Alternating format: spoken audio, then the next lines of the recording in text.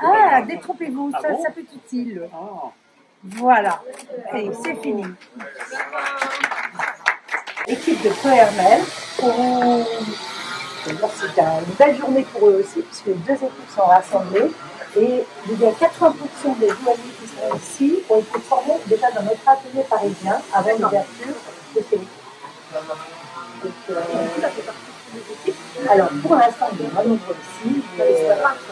Ça va augmenter. Vous avez vu que l'espace. Nous sommes très ambitieux. C'est bien, il en faut. Et donc ici, vous avez des joailliers de différents niveaux, des gens qui sortent de l'école fermée, comme Sarah par exemple. Alors l'équipe de l'école fermée, évidemment, est amenée à grossir, puisqu'à chaque promotion, on engage de nouvelles personnes. C'est un bon partenariat. Un excellent partenariat. Il y a un écosystème qui se crée totalement. Voilà. C'est la troisième année avec laquelle on collabore avec l'école et franchement, une belle relation. C'est une relation de travail, une belle collaboration et aussi une amitié qui peut développer. C'est ce qui aime beaucoup. Voilà. des formations. Alors, exceptionnel. Monsieur Val va probablement trouver quelques-unes. De la maison de Chanel,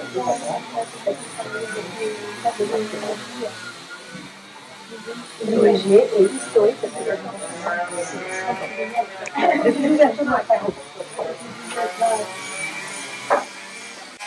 Alors, je veux bien, moi, des explications techniques. Alors, joaillier, c'est celui qui va travailler le métal. D'accord. Qui va, à partir du compte, Marion, qui est responsable qualité, Alice, qui est venue directement, qui ne faisait pas partie de l'équipe parisienne, qui a osé se joindre à nous pour l'ouverture de ces locaux, qui est très jeune, talent fou. Voilà, mais ici, il faut du talent. Donc, exceptionnel. Et puis, pardon. À l'école de Saint-Amand et à Seigneur. D'accord, ok. J'ai fait 3 ans en formation continue et le reste en apprentissage à Seigneur.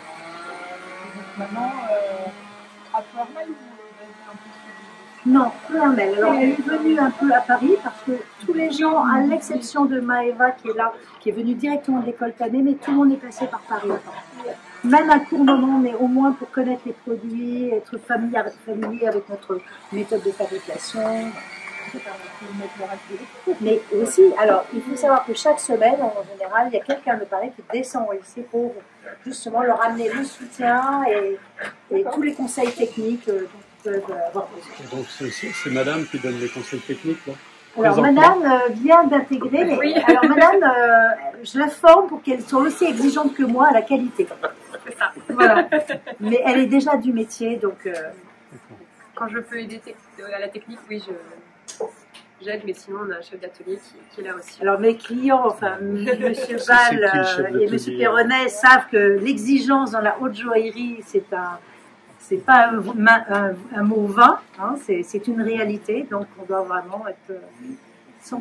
Presque parfait. Presque parfait. Alors, là, on voit encore ici que c'est à l'état brut. Et là, ah oui, d'accord. Donc, débris juste avant. Partout il y aura des pierres, il y a des trous. Les trous, il y a des mises à jour, il y a des trous au-dessus, des mises à jour à l'intérieur. Ces mises à jour vont être rattrapées par le joaillier en respectant vraiment la forme du bijou. C'est important, le plus important en termes de respecter la forme du bijou, l'esthétique que la marque a voulu, que notre client a voulu. Et ensuite, chaque trou va être poli en bas. On va aller à l'atelier de polissage. Mieux le faire pour avoir une surface parfaite. Et ensuite, on va sertir. Et là, vous allez voir le serti qui est à côté. Nos marques, c'est marque éventuellement notre collection. On va modéliser le bijou en 3D. Aujourd'hui, c'est en 3D. Donc, il y a un bureau de 3D, de conception 3D. Et ensuite, on va sortir des lignes sur des imprimantes 3D qui vont aller en fonte. D'accord. Ensuite, le joaillier va intervenir, le polisseur, le sertisseur. Et donc, en fait, c'est plein de métiers ensemble. Et je vous présente Madame Pinéco, qui est la présidente de l'Union de la bijouterie joaillerie orfèvrerie à Paris. D'accord. Là, vous avez des joailliers, mais là, vous... Et Mike, alors, qui est depuis 25 ans, 28 ans, Mike Taquessian, qui est un sertisseur avec lequel on travaille fidèlement depuis 25 ans et qui, vous voyez, n'a pas pu s'empêcher de venir à l'établi surveiller. Avec du coup toutes les contraintes de fabrication, montage qui sont vues en concomitance avec l'atelier, le client, les directeurs techniques et les créatifs. L'ensemble est ensuite lancé en production et là c'est l'atelier qui... Voilà, est-ce que vous pouvez montrer quelque chose, par exemple, pour... Alors là, normalement on travaille avec des très très grands écrans, mais là comme c'est un bureau de passage... C'est vraiment... C'est bien. Tenez. Là je suis sur une pièce pour la collection de Madame que je suis en train de... sur laquelle je fais une rétroconception comme on appelle, pour voir comment on va modifier le fichier. Oui, le fichier. À savoir que j'ai dû reprendre un peu les différents volumes. C'est important tout le savoir technique, comment on va l'articuler, comment il va se porter, en respectant les dimensions de la console aussi. Enfin, il y a quand même un cahier des charges qui est assez complet, qui peut représenter une vingtaine de pages, et donc c'est pas une liberté totale, c'est au contraire, c'est très codifié, et à Sylvain et au chef d'atelier et moi et les maisons, en général on fait des réunions comme ça toutes les semaines, juste pour faire des points, et puis parfois pour trancher sur l'esthétique ou la technique, parce qu'il y a plein de solutions possibles, des articulations, les différentes formes. En réalité, et un joaillier qui sort de l'école, il n'a pas encore les capacités, ça va être des années d'apprentissage avant de pouvoir travailler sur des pièces de très haute joaillerie ou complexes. Donc un apprentissage, oui, c'est tout au long de sa vie. On en apprend tous les jours, même le chef d'atelier apprend à nouveau parce qu'on invente des systèmes en 3D pour de nouveaux projets. Chaque projet est vraiment des nouveaux défis, mais non seulement artistiques, mais techniques. Et donc, effectivement, on apprend sur la durée. Et ça évolue tout le temps. Voilà, on ne peut pas se... c'est un métier où on doit évoluer. Et la capacité d'adaptation des joailliers, d'ailleurs, c'est un des critères très importants. Pour Sylvain, le fait qu'il ait déjà été joaillier, avec une formation de joaillier, il a une meilleure, peut-être, ça l'aide dans sa conception 3D, parce qu'il peut voir, imaginer le bijou en 3D lorsqu'il voit un dessin. Et donc ça peut être très utile, et c'est vraiment une bonne chose de faire de la 3D après avoir été en atelier. Non, c'est pas facile, parce que ce sont des outils très très complexes aussi, et qu'il faut quand même bien manier. Ce que vous dites. Bien connaître le métier d'abord, et après ça va être informatique, parce que pour les informaticiens, effectivement, ils sont doués dans leur domaine. La sens artistique, il leur manquera quelque chose quand même. C'est vraiment la conjonction de... Je vois très bien.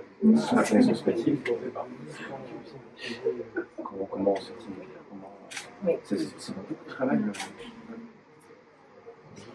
J'ai une autre question. Dans le cadre de ces formations, est-ce que on connaît l'excellence française dans cette formation? Est-ce qu'ensuite on guide aujourd'hui les jeunes à aller s'inspirer de la joaillerie d'autres cultures ou pas? Comment ça se passe? Non, alors... Les ouvrir aussi à peut-être, parce que selon les cultures, il y a un côté artistique. La haute joaillerie, alors comment ça se passe? Pardon, je veux dire quelque chose qui est quand même une réalité. La haute joaillerie, c'est la joaillerie française. C'est ça. C'est un savoir-faire. En réalité, c'est quand même une tradition française. La haute joaillerie a toujours été française, et c'est la raison pour laquelle on existe encore aujourd'hui en France. C'est tout simplement parce que c'est la haute joaillerie française qui fait rêver le monde entier. Donc le savoir-faire, ce savoir-faire-là est français. Vous avez vu qu'il y a 2 personnes d'origine libanaises qui sont là, mais qu'on a formées à nos pratiques françaises, parce qu'ils n'ont pas du tout la même façon de travailler au Liban. par exemple. Vous voyez, donc, en fait, on a une telle pénurie aussi de salariés, de formation, de suffisamment de gens bien formés en France, et pas suffisamment de gens formés en réalité, que les 3 dernières années, j'ai eu 2 personnes qui venaient effectivement de l'étranger, qui ont l'habitude de travailler le métal, mais pas dans les critères qu'on voulait, donc on a formé pendant 1 an. Et je peux vous dire, moi je sais travailler. Je dis non, mais pas comme nous. Et en fait, ils ont mis 6 mois à comprendre qu'il fallait vraiment passer des caps. Et maintenant, j'ai la place numéro 2 de l'atelier, qui est extraordinaire. Mais c'est plein de codes, c'est tout un apprentissage, et c'est vrai que la haute joaillerie reste française. Comme l'horlogerie, la Suisse. C'est exactement ça. Non, on n'a pas de concurrence à ce niveau-là. La joaillerie française, elle est reconnue effectivement dans le métier. On a ceci que la fabrication aujourd'hui en France, la fabrication de joaillerie représente 5,6 milliards d'euros de fabrication, c'est-à-dire de métal et de savoir-faire, ce qui est énorme avec une croissance qui n'a pas démérité depuis 10 ans. Et toute cette fabrication, elle est dédiée à l'exportation. C'est-à-dire que notre marché intérieur est un marché d'importation et tout ce qui est fabriqué en France est exporté, avec les grandes maisons qui ont une résonance planétaire. Et donc, la création, effectivement, elle s'inspire de tout ce qui est propre à chaque maison, évidemment. Et pour autant, toute la fabrication est faite par des chefs d'orchestre, comme Brigitte et son équipe, ses équipes magnifiques. Et il faut savoir que dans un atelier de joaillerie, vous avez 15 métiers, vous avez une collection de 15 métiers, qui peuvent aller jusqu'à 15 métiers, avec des métiers rares, en partant de l'allouage, etc. Donc, il y a une interprétation, il y a une réalisation, et c'est ce qui distingue la joaillerie française. Avec des racines culturelles extrêmement fortes depuis la Renaissance, en fait. Voilà. 3 destinations exportatrices, et ce sera ma dernière question. Pardon, je ne veux pas trop monopoliser. Les 3 destinations, les 3 pays exportateurs. Les États-Unis, l'Asie, les Émirats, dans le métier. Pour vous, pour la joaillerie française. On parle de la joaillerie française. La joaillerie française. Et pour vous, c'est la même chose, puisque moi je travaille bien. C'est vraiment la même chose. En fait, c'est international. Il est serti, puisque vous voyez les pierres dessus. Maintenant, on va le polir en pièces séparées parce que sinon on aurait trop de longueur et on peut le prendre dans le tour et essayer de faire un deuxième accident. La loupe de permanence, la loupe, l'œil, la protection pour ne pas se blesser. On passe à lire. Alors vous avez remarqué qu'avant dans le métier, traditionnellement, on avait des blouses blanches. J'ai décidé qu'on avait des blouses noires parce que je l'ai oublié, donc.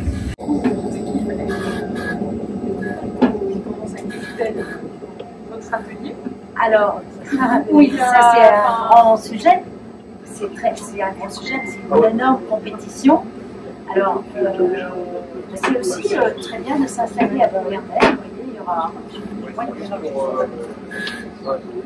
Parce que tout le monde s'arrache les personnes, mais c'était très compliqué.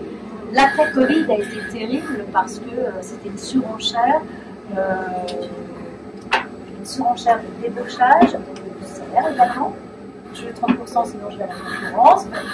C'est un métier où on gagne bien sa vie quand même. C'est plutôt bien sa vie. Et c'est un vrai savoir-faire. Donc, en fait, comme il y a vraiment un manque de personnes formées, tout simplement, par rapport à la demande de grandes maisons, de la place en dos, il faut arriver à capter, garder, fidéliser son équipe. C'est pas facile, hein, parce qu'on est face à la concurrence. Alors maintenant, on est de moins en moins d'indépendants. C'est vrai. Ouais. Toutes les grandes maisons ont racheté beaucoup d'ateliers. Moi, j'avais ce projet de venir à Bourbernais, m'installer face à l'école italienne, de collaborer avec eux. De continuer à les former parce que quand on sort de l'école, on a encore beaucoup de choses à apprendre. C'est le début d'une autre histoire. Et voilà, ça c'est mon projet. Donc, on a commencé il y a 6 mois à peine. On a ouvert le 12 novembre 2024. L'idée c'est d'avoir combien de différents sertisseurs. Alors, on va dire qu'il faut un minimum de 2 polisseurs, mais c'est-à-dire là il y aura 2 polisseurs. il faut, si on veut tout faire ici, au moins 3 sertisseurs, une vingtaine de joailliers. En fait, il faut une petite trentaine ici. Alors, on peut faire à moins, mais on va faire moins de pièces. Tout dépend du volume de pièces qu'on nous confiera aussi. L'objectif, c'est de... Et puis... comment réagissent les gens parce que je suppose que certains, vous les avez déjà embauchés directement pour Pernel. Oui. Donc, les autres sont installés à chez Paris. eux. Oui, c'est ça. Alors, il y a des gens qui peuvent avoir envie de venir dans un cadre de vie différent. Ça m'accompagne, d'avoir une maison, d'avoir des... En fait, le Covid a un petit peu changé l'aspect des choses. Avant, tout se passait à Paris. Et de plus en plus, il y a quand même beaucoup d'ateliers en province. Dans mon cas, vous regardez mes parents. Et bien, ça fait bien qu'ils soient. Voilà. Et le fait que l'école Tanet soit là, moi je suis née ici, donc je trouve que ce rapprochement est parfait, quoi. Pour moi, c'est un retour aux sources, c'est un vrai lien. C'est un lien avec mon histoire personnelle, c'est un lien avec l'école. Alors, Madame la directrice de l'école Tanet. Bonjour. Je regarde. Et alors, Agathe, je vais vous présenter parce que vous pouvez peut-être aussi parler de votre école. Donc, alors, Agathe est la professeure de première année à l'école Tanet. Vous voyez qu'on est une famille. Hein. On a créé beaucoup de liens. Oui.